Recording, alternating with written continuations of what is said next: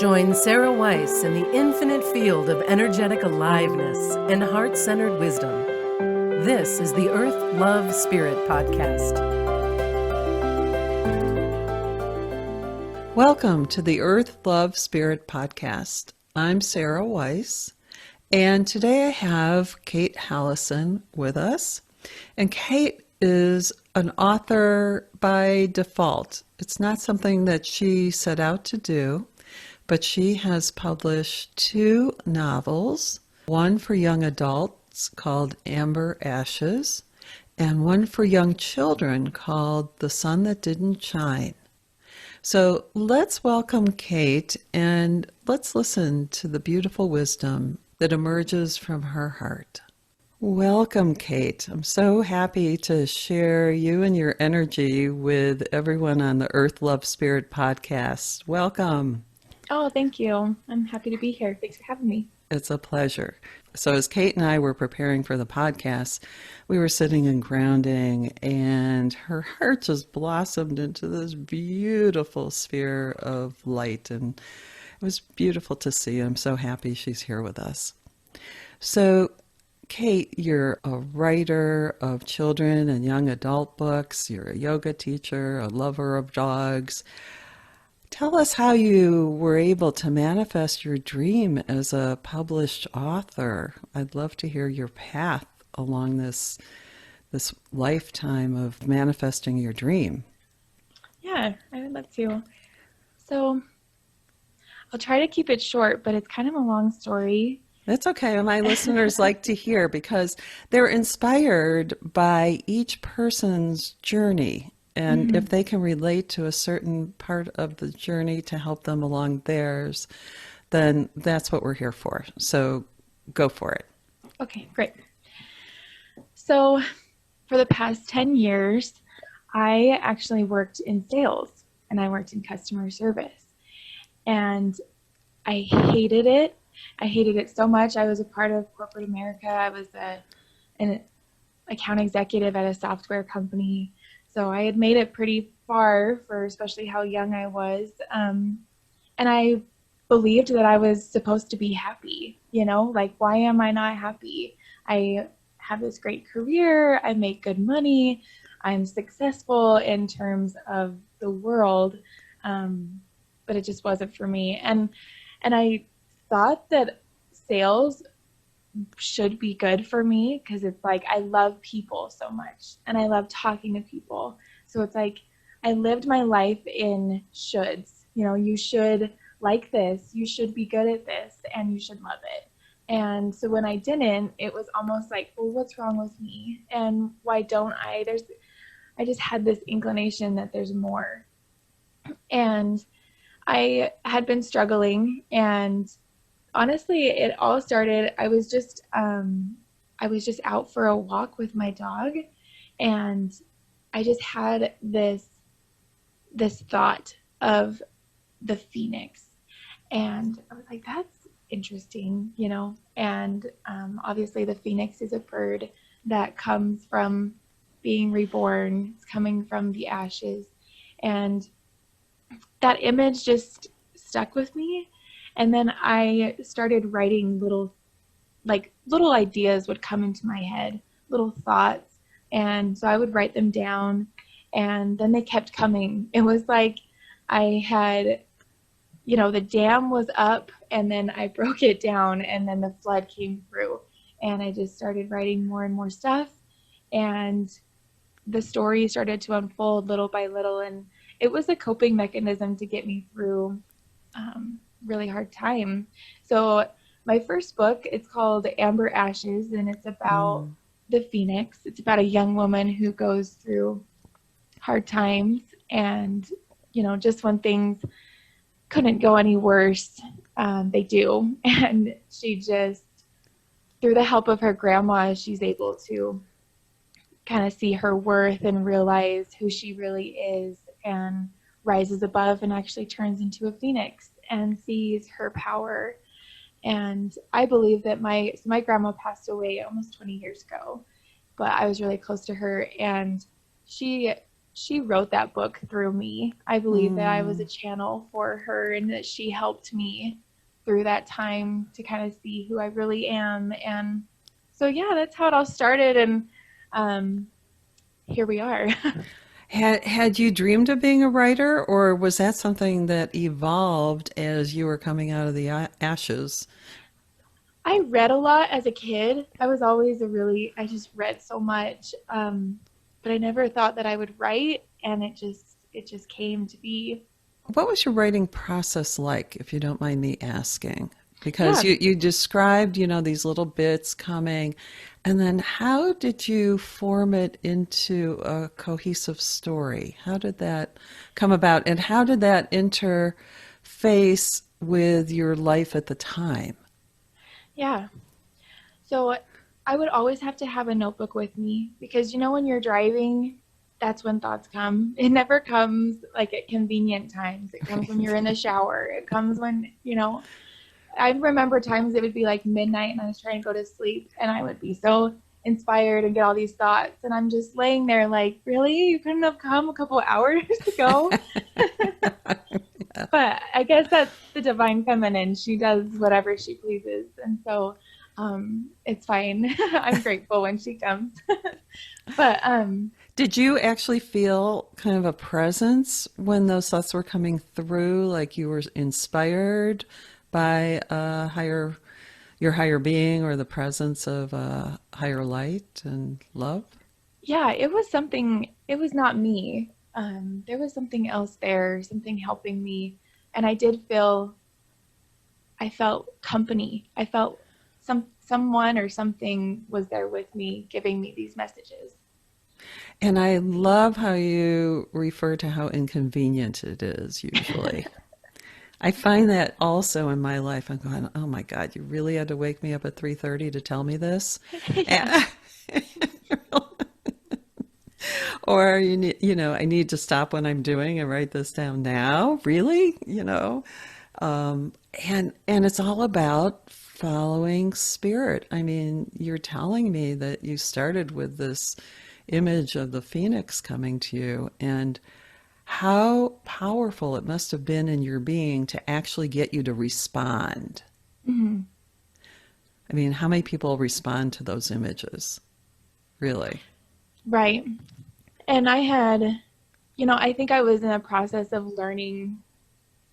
unlearning, right? So that I believe that's the awakening process, is unlearning everything that we've been taught and told to be. And since I was struggling so much, I had started going to therapy, and she taught me to be aware of my thoughts and to question them. So when that thought came, I was kind of already in that process of examining my thoughts, examining the images, and questioning them I think that's so much of where our power gets lost, is when we have these thoughts, or our inner child or our higher self tells us things, and we just go about our day. We don't stop and say, if my inner child is like, hey, Kate, we've been working for 5 hours. I could use a drink. I could, I could eat a sandwich. And if I just bypass that and just like, go about, but sitting there and actually listening to her, and it's like, okay, like, yeah, let's take a break. Let's go for a walk. Like, what do you need? Has totally changed my whole life. This is a wonderful teaching to share with people because, as you know, and as you mentioned, and as I know, it's so easy to ignore those those guiding voices that are within us.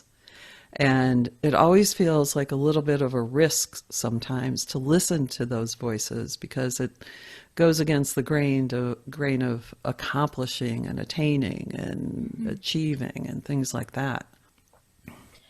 Yeah.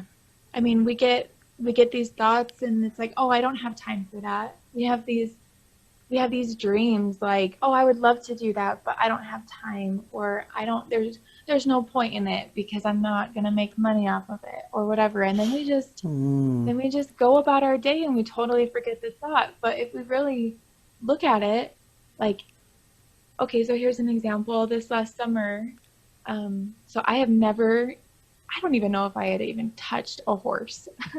So, and I felt called to them. I was like, I just want to be by them. I think that that would be really healing to be around. They're wild, they're amazing, they're beautiful. So I looked up this local place and I got horseback riding lessons. And it easily could have been like, oh, I would love to learn how to ride a horse, and then just leave it as a thought and not do it. And it's like, oh, there's this place close by. It's pretty cheap. And I learned to do something different that my body and my inner voice was called to do. And I honored that. The little things can add up so much. And, we think, oh, I can't do that. What's the point? And I don't have time. But we really do in little ways. And again, I think that's the divine feminine coming through for me, because she doesn't care about money. That's not her value. And her value, and she comes through rest and slowing down and doing things for the fun of it, and not because there's going to be a result that you can make money off of. And so I believe that I lived my whole life in this wounded masculine, trying to prove my worth through productivity. And I'm only valuable as long as I'm doing something valuable. And finally, when I let my body rest a little, she came through and she helped me just become who I am. That is the entire spiritual teaching we all need to hear right now, just in that little paragraph that you just shared. um, this is really it. I mean, it's about slowing down, about embodying yourself and connecting within. And how do you feel when you're connected to the feminine? So we use the word the feminine, and it's kind of this big, beautiful, to me, energy that I'm surrounded in. But how can you help tune in people to the deeper feminine? I think of my mother. I think of my ancestors and the magic of women. I think of, the space between heaven and earth is in the womb. That's where creation is made. That's where life is made. And so for me, slowing down, being quiet, breathing into my womb, remembering who I am, where I come from, and just thinking of women in my life that really inspire me, that embody the divine feminine. My own mother is amazing, and I'm so grateful for her, and my own ancestors. I think of Mary Magdalene, and just sitting there, visualizing them in my mind, even for 5 minutes, think of, I just feel so much better after that. Mm-hmm. It's like sitting in a bubble of love, for me, that womb of love. I can't even imagine people going through life without experiencing that and knowing that it's available to them. Mm-hmm. So in your yoga classes, when you're teaching yoga, do you guide people into that consciousness while they're working with the yoga? I do. I remind people that, I live in Utah, and we're surrounded by beautiful mountains, and so many people escape to them so that they can feel in tune to nature, and myself included. I feel most at home when I'm in the mountains surrounded by the trees. But part of my yoga practice and part of my yoga classes, I remind people that we ourselves are nature. We don't have to go anywhere outside of our bodies to find what we're looking for in all things, but especially in nature. We are made from her. We are made and it's such a comfort to people because they are reminded that, I have everything I need within me right now. I don't have to look outside of me for anything. And when I want to be grounded and feel nature, I don't have to escape to the woods. I can come right home to my breath. I can come right home to my body and feel connected to her. And there's so much power in that.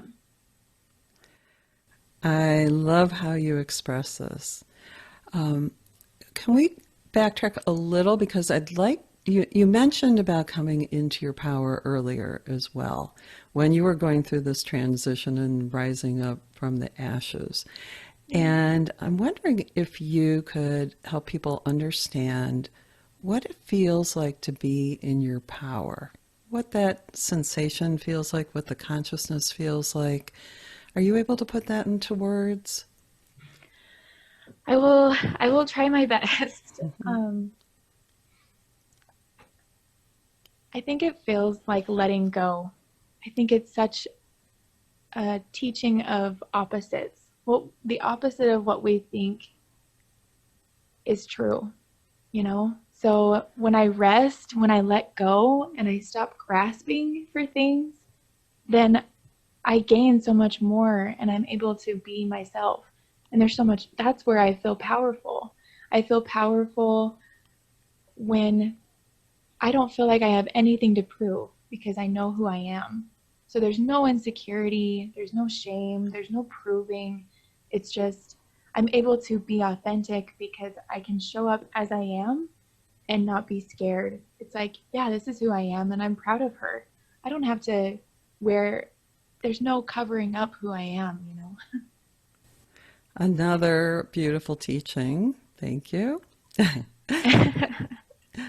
And now let's talk about your books. You have Amber's Ashes, is that what Yeah. it is? And what's the other book that you've written? So it's a children's book. I just released it and it's called The Sun That Didn't Shine. Oh, tell us about that. So it is a story about the sun who she's out doing her thing. She's shining bright. And all of a sudden she hears people that, you know, people are playing under her. People love the sun. And then she hears people that don't love her so much. Like, oh my gosh, it's so hot, you know? And it kind of hurts her a little bit. And she goes away and she's like, I cannot shine. She gets, you know, it's a symbolic book of depression in a sense. You know, you hide away and because you're scared to show up as you are. Well, the moon comes to her and is like, what are you doing? You know, and hears her out, listens to her, lets her be sad, and then tells her, you were created, you are the sun. Nobody else is the sun. And you were literally created to shine.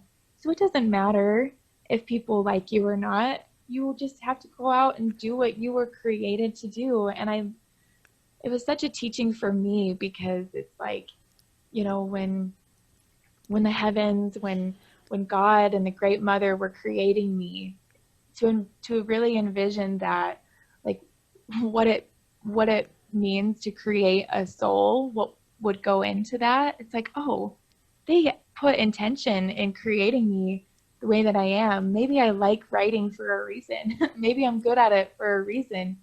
And I have to do it whether I get bad reviews or good reviews. It's just what I was created to do. Wow. Okay, what age level is this book aimed at? Oh, it's a picture book. So it is Uh-huh. for, you know, my best friend, her little son, he just turned 3 and he loves it. So And where is that available? on Amazon. Yep, I'm both of them. okay. I'm a grandma of two 4.5-year-olds, a 3-year-old, and a 2-year-old, so I am like on that right away. Yeah, Okay. perfect. And Amber's Ashes is geared for what age? So that's a young adult fiction novel. Yep. So I would, you know, middle school and up. We need this literature for these younger people to be inspired. I'm so glad you're producing this. Do you have another one that's starting to come through you? I have started. So here's a little bit of a spoiler, but I'm so excited about it, and I can't help myself. So Amber Ashes, the girl, she finds out that her grandma was actually a phoenix. And so I'm writing the grandma's story.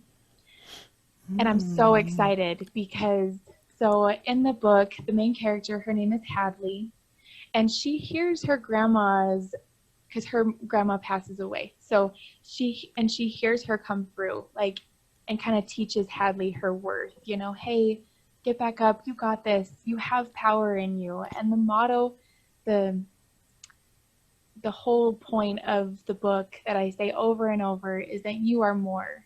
You're more than what happens to you. You're more than what you do or what you don't do, all of this. And so, but her grandma has to kind of teach her that and show her her worth. But the grandma's story, she's going to be the first phoenix ever. And so she's going to have to teach herself those things. She's going to be older. She's going to know a couple more things, and she's just going to have this realization that, she'll have to teach herself her worth instead of somebody kind of guiding her through that. Oh, that's a biggie. That is a biggie. That makes me want to ask you, given that we're a couple generations apart in age, do you see more people in your generation waking up and getting these messages like just directly from within themselves? I do, and it's probably because that's what I'm around, but it's such a blessing to watch. I see so many people changing, but I'm a true believer that as we heal our ancestors and we heal those coming after us. And so we're all connected and we're all affecting each other. And so as I watch people wake, other people in their family do too. And so it's just this circle. But I do, since I interact with people of my age, I see it a lot. So in your journey, do you feel like you were guided from within, as you mentioned, from your grandmother and from this energy of a lineage that you feel that you're connected to? That somehow that we could each find that stream of feminine wisdom within us and connected to us. Maybe you could speak a little more to that. I feel like there's more that wants to come to us from you about that particular way of being. Yeah, and that was beautiful. I'm reminded of a moment. I was in my job. I was sitting in my cubicle, and the best word that I can describe for what was happening was an upheaval. My spirit, if she could scream, it was like she was screaming so loud. I could feel it. It was like this vibration within me. And I finally knew, okay, I will listen. I was like, I'm so sorry. I have not listened to you for so long, and I've just pushed you down, and I'm here and I'll finally listen. And I knew that I had to do something. Something had to be done. And it was scary because it's supposed to be in order to have this great experience and it has to be a risk. And shortly after I left my job and found something that, at least would pay the bills just so that I can write. And I think that the feminine is in letting go and really listening to your intuition and what you know is best. Our ancestors, looping back to my grandmother and this divine inherent line that's within us all, they went through so much and they made it based off of their intuition. They didn't have Google telling them how to live their life. They just did stuff, and they did it right, or else we wouldn't have been here. They made mistakes and all of that, but I just feel so connected to this inner knowing that it's like, you know what you're supposed to do. And we ask people advice. We say, oh, what do you think I should do? How should I live my life? When they don't.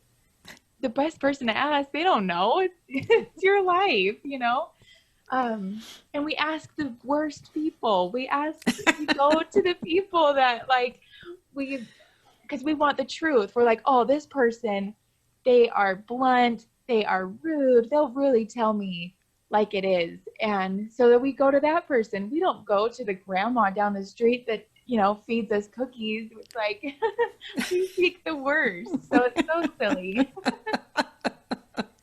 I know, and it feels so awful to like be hemmed in by someone else's judgments and prejudices, and it's like, oh my God, I know that doesn't fit. So actually, that helps me come back to myself when I do that, because it's just so obvious that it's not working right.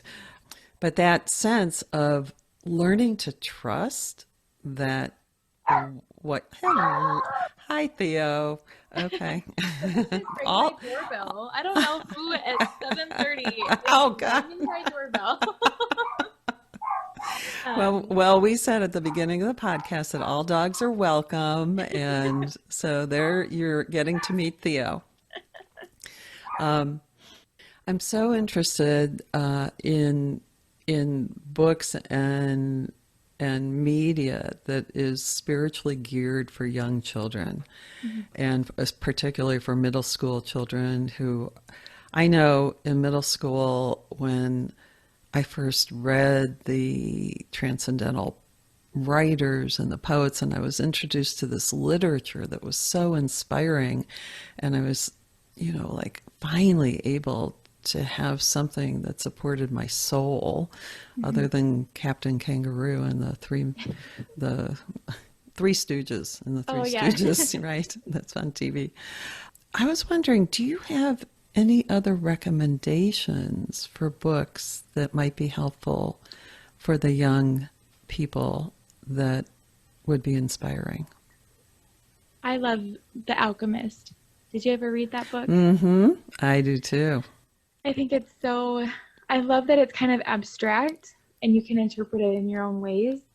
And yeah, I think that they would love that. I think it has so many great teachings for them. I love The Alchemist. Okay.